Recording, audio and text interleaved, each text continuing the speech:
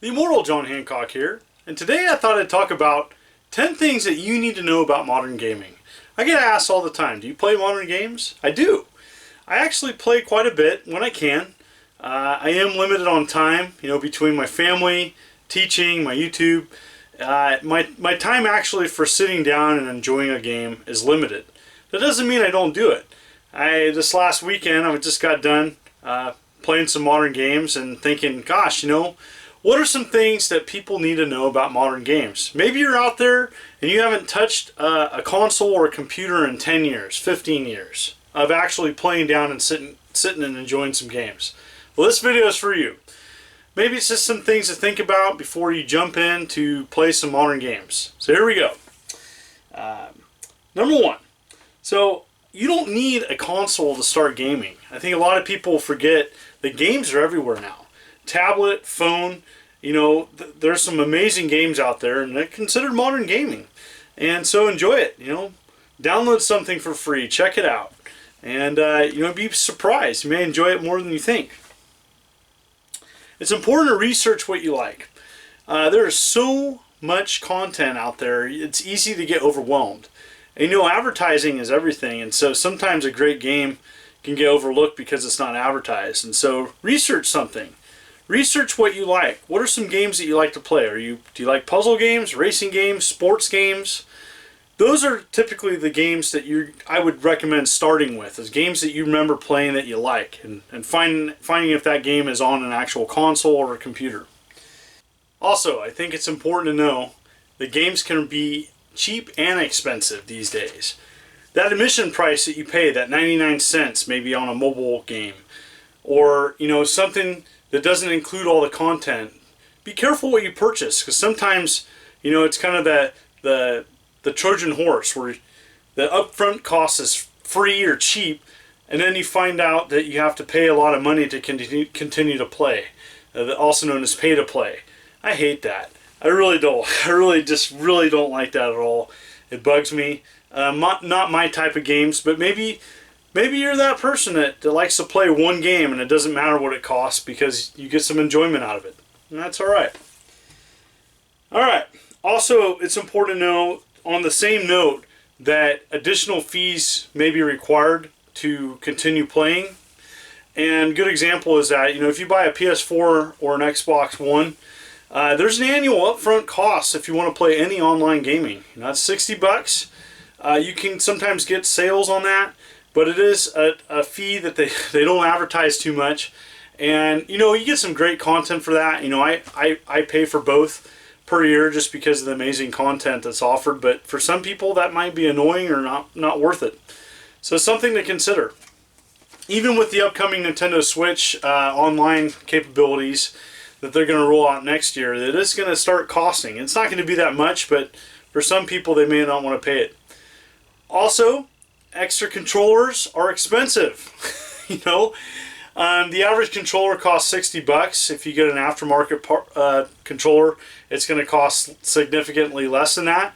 But again, those hidden fees. If you want to, consoles typically only come with one controller now. They don't come with two, and so that's a huge cost. That a lot of people don't like paying for. So it's just something to think about. Those hidden fees. Be careful of those. They're out there. Also, it's important to note that while in the old days, graphics were really blocky and there wasn't a lot of graphic content, these days is a lot different. There's a huge wide variety of content out there, and some of it may not be appropriate for your kids. And do your research. Find out what you think is appropriate.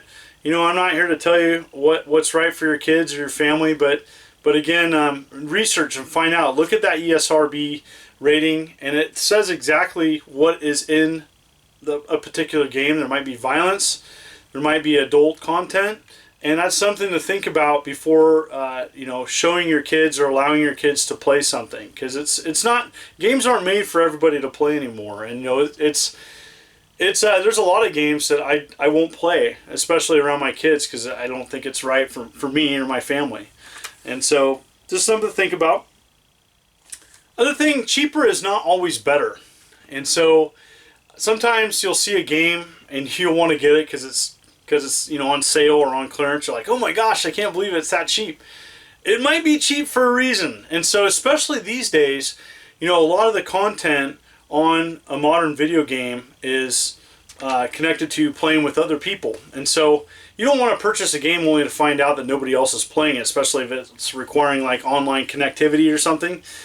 That's frustrating when you come home and you want to play an online game match and nobody else is playing. And you got the game cheap thinking, this is a great deal, and now you know why. So something to think about when purchasing a game. All right, let's talk about life cycles. Life cycles can be twofold. Life cycle could be how long a console is supported and the durability of a console. And so there's a lot of issues with the previous generations, especially with the Xbox 360 Red Ring of Death. I knew several people that went through 3 or 4 of them. That hopefully is better. It's still yet to be determined how long these modern consoles are truly going to last. There's a lot of moving parts in them and components. I would say the typical life cycle of a console is 5 to 10 years, depending on how well you treat it, how well you have it set up in your living room or apartment, how well you take care of it. If it's getting heavy use, it's going to wear out faster. 1 out of 1 consoles will eventually fail and die. And that's just the truth of it. None of these consoles was made to last forever. The truth is I have several Ataris that are still working, but eventually they're going to fail too. They're made with electronic components. They may last a long time, but eventually everything's going to fail. And I think it's important to know that. Modern consoles don't last as long as older consoles, and that's just the truth. And so, especially if you have like a portable, portables even last even less than home consoles because you're moving them around. You're putting them in bags. The probability of them breaking is just significantly higher. Important to think about. So that's a twofold thing where a game company will typically support a console for about 10 years. Now Steam is a whole other. Steam and having a computer is a whole other conversation. But the truth of the matter is, there's always newer games coming out on Steam that require, that upgraded graphic card, or just that edge that your computer doesn't have, and that's important to think about too. And so, whatever you decide to get to jump into modern gaming, there is a life cycle. If you pick that console, that tablet, that computer, it's only going to play games for so long before it needs to be upgraded, or it just wears out.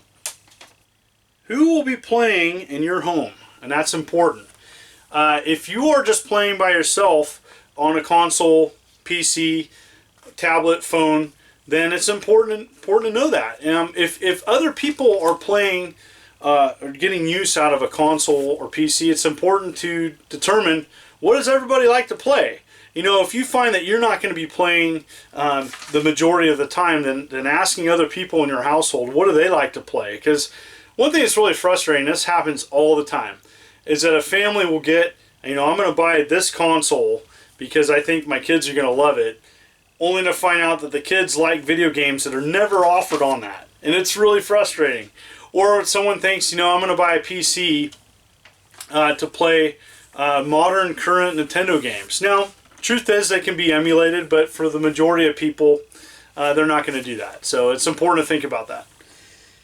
All right.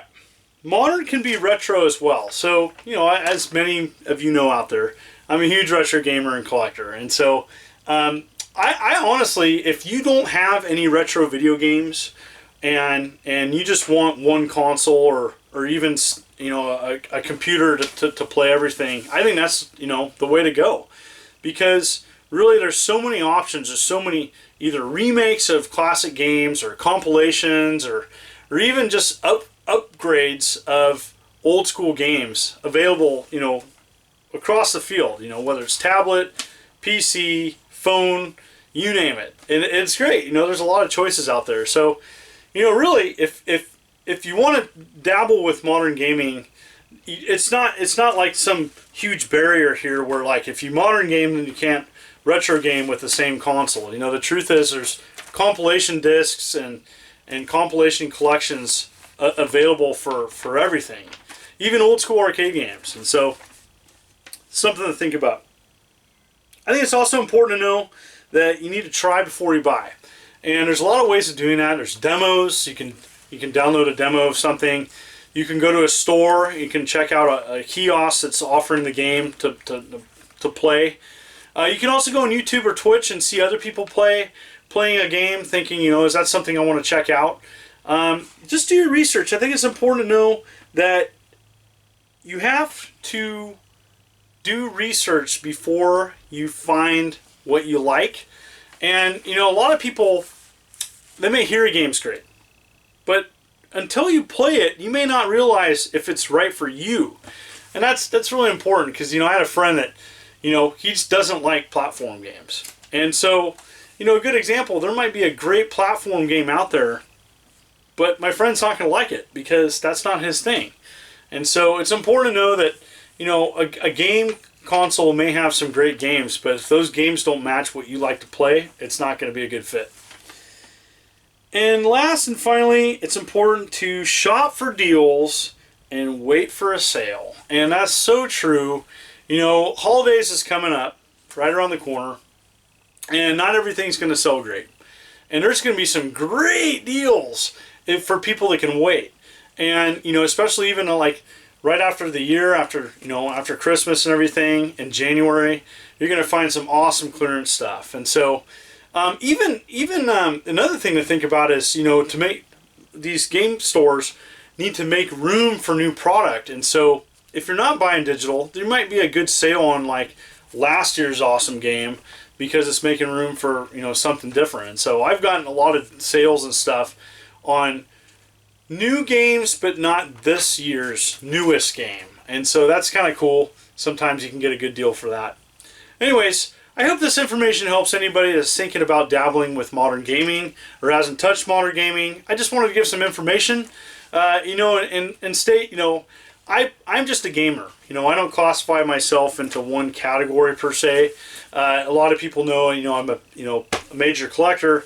But the truth is, if it's fun, I play it. And it doesn't matter what console, if it's PC, if it's tablet, if it's phone, I'll play it because it's awesome. And, I've been doing this a long time. And hopefully this general information can help you out there determine what's best for you, and wish you luck. Again, this is the Immortal John Hancock, currently doing 3 videos a week, one on Tuesdays, Thursdays, and Sundays, typically uploading at 8 o'clock a.m. Pacific Daylight Time. I also have a Patreon in which I offer an exclusive video every month. Thank you so much. Your comments around the world are awesome. It makes me continue to want to do these videos. I'm having so much fun. This is the Immortal John Hancock. Take care.